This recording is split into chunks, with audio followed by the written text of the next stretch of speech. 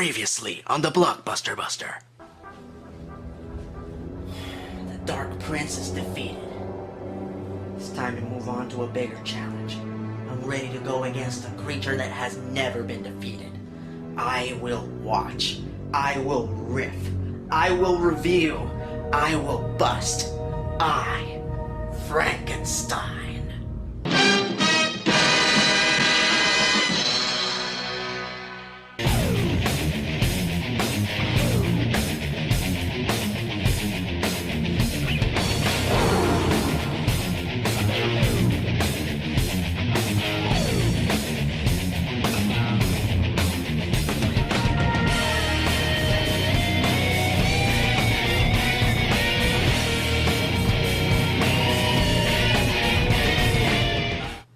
Greetings, fanboys and fangirls. I'm Erod, and I'm the BlockbusterBuster. In 1931, Universal Studios scored a two-punch combo.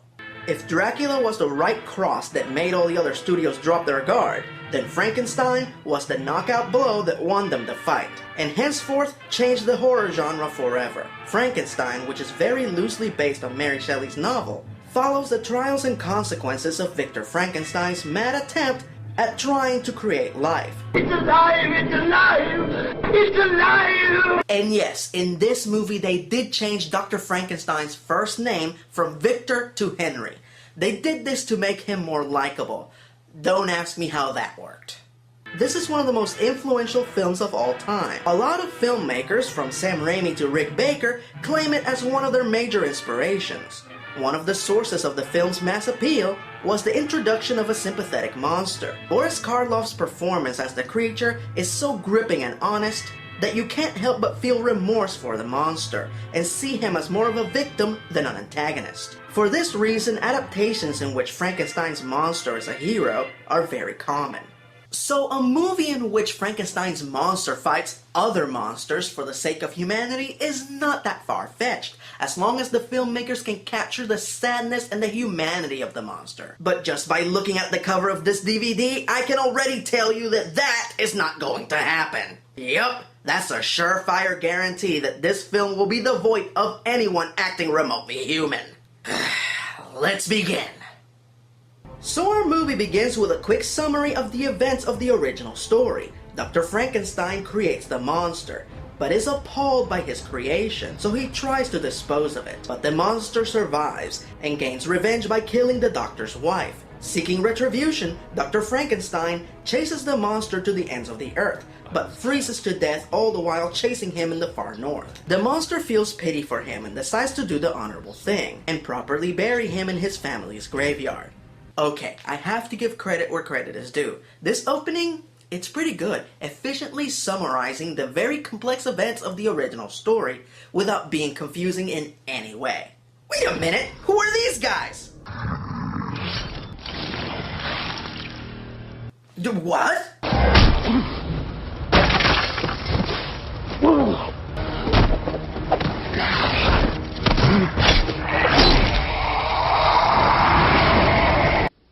Hey, did everybody see that guy just turn to dust? The spell is broken, and we live again.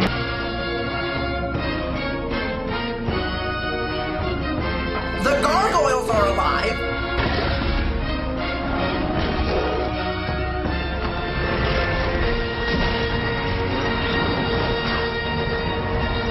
And now the gargoyles are people? That was the last of them.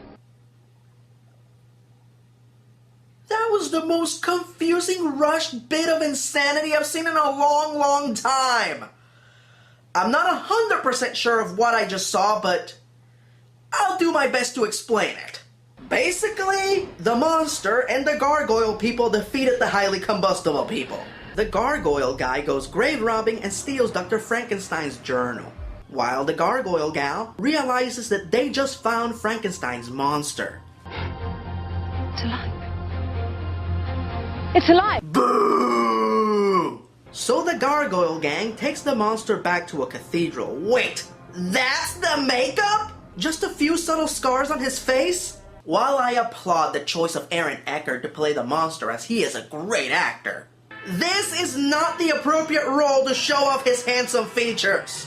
While the original novel doesn't give a detailed description of the monster, it is established that one can tell that it is not human at a quick glance. He is supposed to be a walking corpse, made up of parts of multiple dead bodies. Here, he just looks like a regular guy with a few stitch marks on his face. And don't get me wrong, I don't mean to diss the production designers, because the aesthetics of this film are quite beautiful to behold. I just can't believe that any self-respecting director looked at this makeup and approved it! Never mind. That explains it all. Oh, how? You know what? The movie must be as tough as Frankenstein's monster itself. I'm gonna have to put a little bit more thought into this. So after the initial ultra-rushed mindfuck in the graveyard, the creature finds himself in Backstory Central, as everything we just saw in the previous scene is tediously explained in one long and monotonous exposition scene. The monster was saved by the Gargoyle Order. They are archangels left on Earth to fight demons and to send them back to hell. So let me get this straight. They have the ability to make themselves look like either gargoyles or humans. Lifeless statues that are found in only a handful of places around the planet, and the dominant species of our entire planet. Which one of these seems ridiculously pointless to you? This is their queen, Leonore, played by Miranda Otto, who actually gives the monster his most popular recurring first name. I should like to call you Adam. I promise you this, Adam. Wow, she didn't even wait to see if he approved of the name. They're called manners, lady. She goes on to explain that the creatures that attacked him in the cemetery were demons, who are hunting Adam for some unexplained reason. She offers Adam sanctuary and the opportunity to fight on their side, even offering him some demon-killing weapons, as apparently the demons can only be killed by weapons with the not to be confused with the Catholic Cross gargoyle logo. You do not want those. They are blunt and crude and far too heavy to wield. So, if those weapons are so heavy and hard to wield, then why did you morons make them in the first place?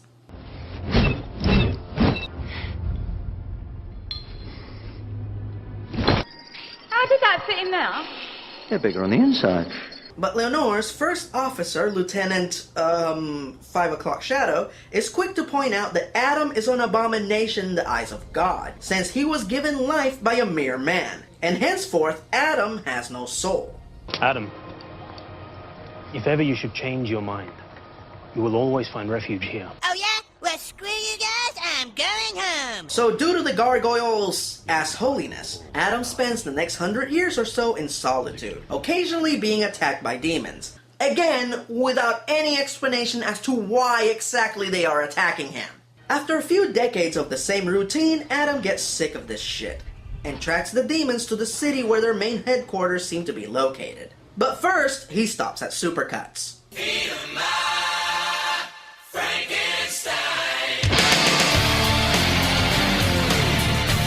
Oh no! With that haircut, the townspeople are surely gonna see more of your hideous monster face, and when they see you, they're going to do absolutely nothing because you look like a regular guy!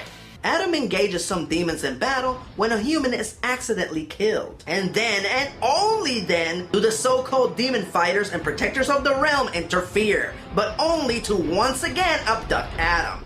And they call this protection? So we finally cut to the demon base where we see that the highly combustible ones are trying to recreate Dr. Frankenstein's experiment, for reasons that are yet to be explained. These experiments are being led by a human scientist, Dr. Scorching Hottie. Wow. So, Dr. Hottie has so far only been successful in reviving large rodents, but she is nowhere close to reviving a full-size human. When she is confronted by her boss and head demon, Nebarius, played by the great Bill Nye. What do you know of a scientist by the name of Victor Frankenstein? Frankenstein is a myth. A horror story made up to scare children. Wait! Mary Shelley's novel exists in this reality? Oh, don't you start that shit again! Conveniently, Nebarius receives word that the gargoyles have Adam. whom they desperately need, as his body may hold the secret as to how to complete Dr. Frankenstein's experiment. So he deploys all of his demons to go and get him. But it's okay, Adam has the gargoyles to back him up, right? Nope, the gargoyles are bigger assholes than the demons in this movie. They chain and incarcerate Adam in the same manner than in the Universal movie, because apparently they feel he's too much of a loose cannon, as his battle with the demon earlier accidentally caused one human to die. I knew it, I'm surrounded by assholes. So the demons attack, and what we get is the kind of crappy computer effects fest that would give Michael Bay an orgasm. As a director, I try to... Jizz in my pants. Excuse me, I'm sorry. I'm sorry. Okay. Well, that explains that. Instead of letting the gargoyles get their asses kicked, Adam does the noble thing and offers to fight at their side. Whoa, that guy is dead. Desire. I'll do what I can. No. I wish to be with Ophir. It was forbidden by the Order. It will not be so anymore.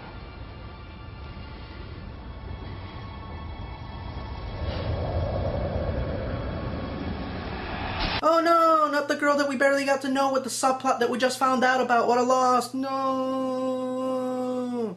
But as it turns out, Adam was not the target. It was Lenore. And they call this protection? Whom the demons plan to hold for ransom in return for Adam. But the relentlessly incompetent gargoyles don't have Adam anymore. So Lieutenant 5 O'Clock Shadow does the next douchiest thing and gives the demons Dr. Frankenstein's journal, which, just to remind you, they stole from his grave! Gideon, I command you take the journal from this place and let me ascend.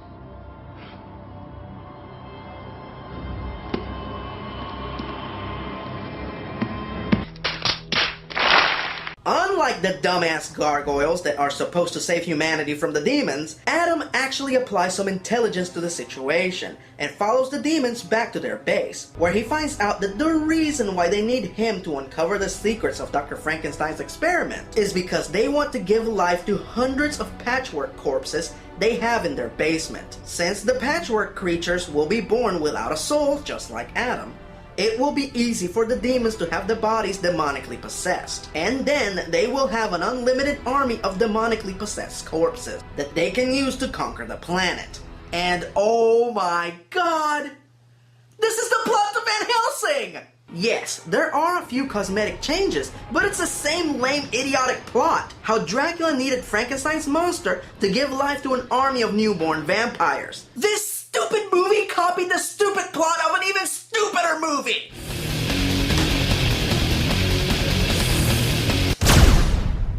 Oh, come on!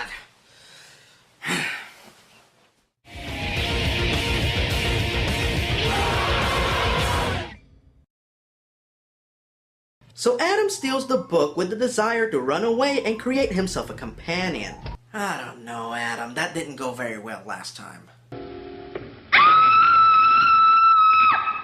But in spite of Adam's vast intelligence, he will still need Dr. Hottie's help to complete the experiment.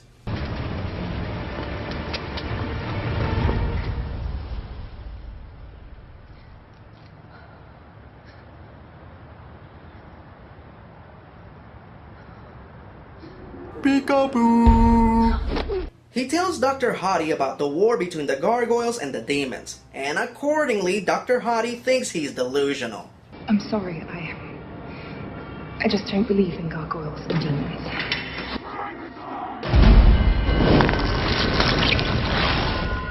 Oh, shit. Now that is how you react to seeing a demon. Hell, you cried devil on your back. I can never die.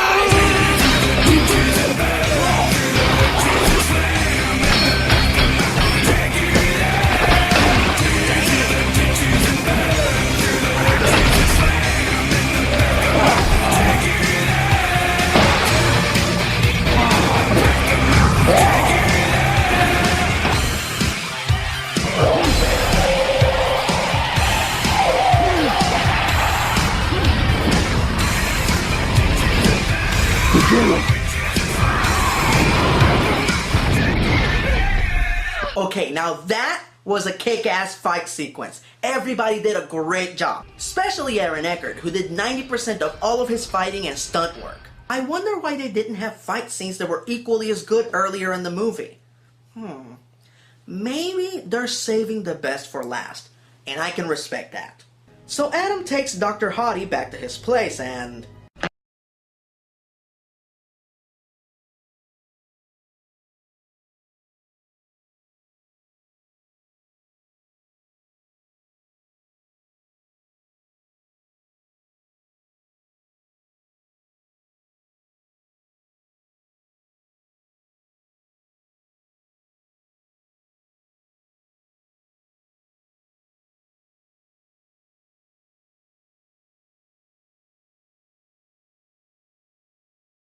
Holy mackerel!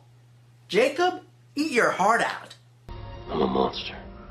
Oh yes, he is a hideous beast. Somebody shield the women, for they are surely to faint at the sight of him. I've never had to thank a human for anything before. Bullshit. What about the guy that gave you the soup? Your visit means to me how long I've waited for the pleasure of another human being. And sometimes in our preoccupation... Knowing the demon's plan, Adam and Dr. Hottie decide to do the right thing.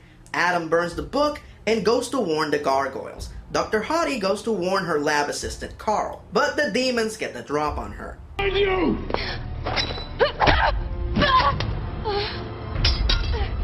You have work to do, Dr. Wade.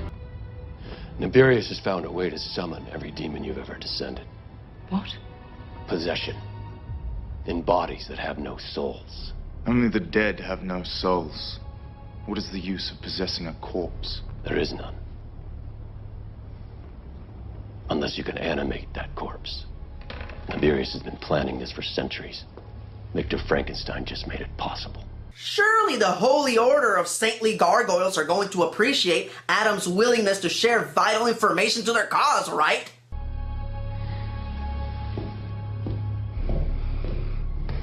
Follow him, Gideon. As soon as you have the journal in sight, destroy him. Bitch. Bitch. Bitch. Bitch. Bitch. Bitch. Bitch. Bitch. Bitch. Bitch. Bitch. Bitch. Bitch. Bitch. Bitch. Bitch. Yo. Gatorade me, bitch. So Lieutenant 5 O'Clock Shadow attacks Adam and holy shitballs! Where did all that concern for human life suddenly go to? Do you know a human was killed in that alley tonight?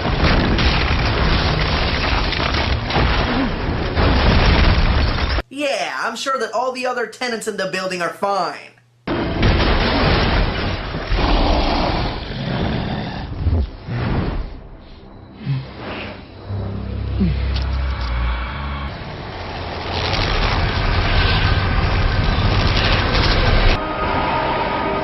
He went to heaven? That lying, backstabbing, judgmental, murdering sack of shit went to heaven. I wonder if St. Peter made any other mistakes with the placement of the dead. Okay, into the eternal pit of fire you go. So Adam has to get past an army of demons, save Dr. Hottie, and stop Nibirius from unleashing an army of undead demon-possessed monsters upon the world. His solution? To stand in front of the Gargoyle Cathedral, have the gargoyles follow him, and trick the gargoyles into fighting the army of demons for him. Holy shit! That is the climax to Serenity! That is the climax to Serenity! That's how the crew of the Serenity get past the Alliance. They trick an army of Reavers to chase them, and the Reavers end up fighting the Alliance on their behalf. Stop knocking off other movies, you Xinhua Sao Du Lumang.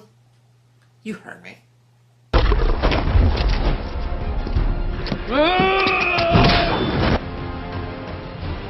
This is the place. He led us here.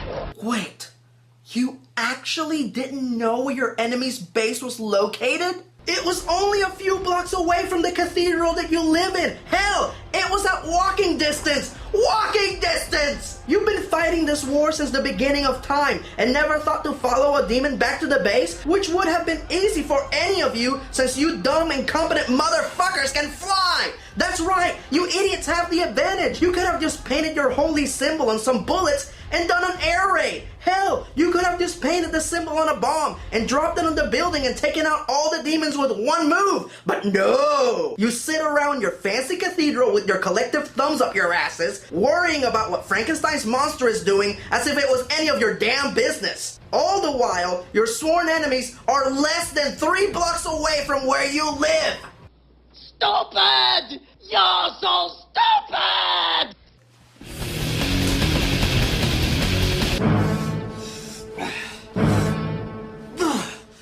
I'll figure this out one way or another. Before this day is over, you will be busted. Tiberius. Frankenstein. Crichton. Frankenstein was the creator, not the monster. It's a common misconception held by all truly stupid people. You know, while the writing of this movie might be unoriginal, dumb, and shitty, if that fight sequence during the second act was any indication, is that we can at least count on a decent fight sequence between Adam and Nefarious. Nothing can stop their demise, let alone a monster like you.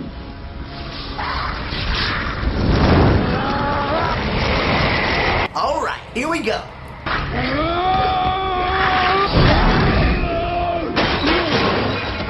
God, I hate this movie. So Nefarious devises the most ironic punishment that he can think of for Adam. He is going to take advantage of the fact that Adam has no soul, and he's going to have a demon possess his body. Welcome, my son. You have possessed a truly remarkable body. I am not your son. And this body is mine. No, it's not possible. Oh, Lord. You have a soul. Just kill him in a relatively easy way that the gargoyles should have figured out ages ago so we can end this.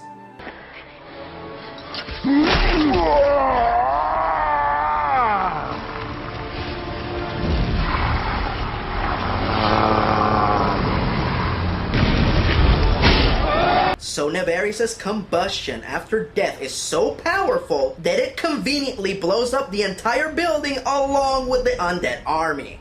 As a director, I try to... Jizz in my pants. Excuse me, I'm sorry. I'm sorry. Okay. So the day is saved, and in spite of the many times that the gargoyles betrayed him, Adam agrees to join them. I, descender of the demon horde. I, my father's son. I, Frankenstein. I'm Batman. This movie is... Wait. I just figured out why I can't bust the movie. It's because, like the creature, it was created unnaturally. It was given life when it was hit by lightning. But what happens when you take that lightning away?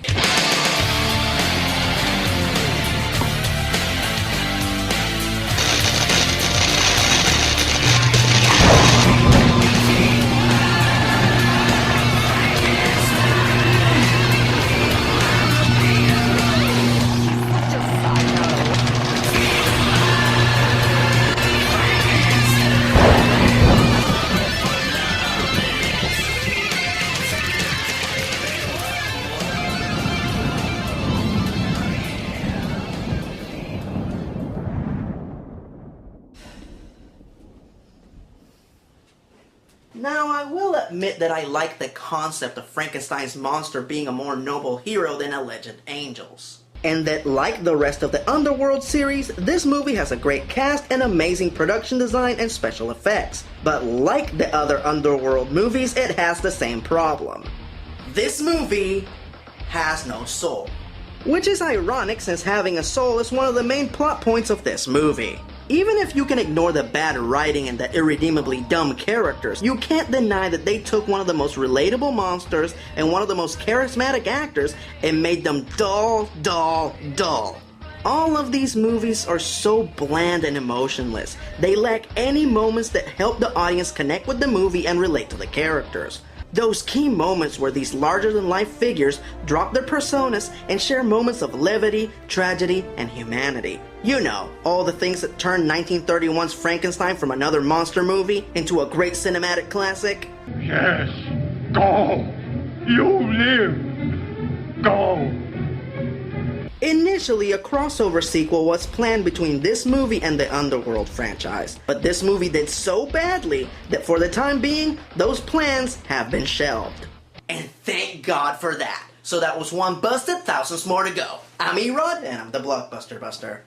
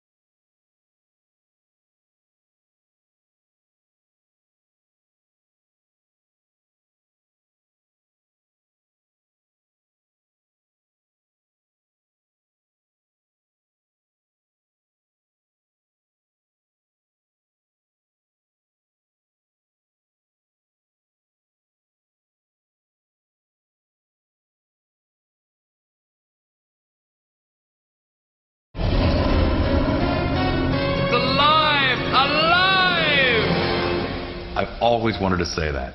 Hey guys, so this year I am going to be at the Nuts Museum again doing another lecture. This time around it's going to be on 1931's Dr. Jekyll and Mr. Hyde. As far as I know, the activity is pretty much going to be the same as last year's, and there will be more updates as we get closer to the date. Alright guys, have a nice day.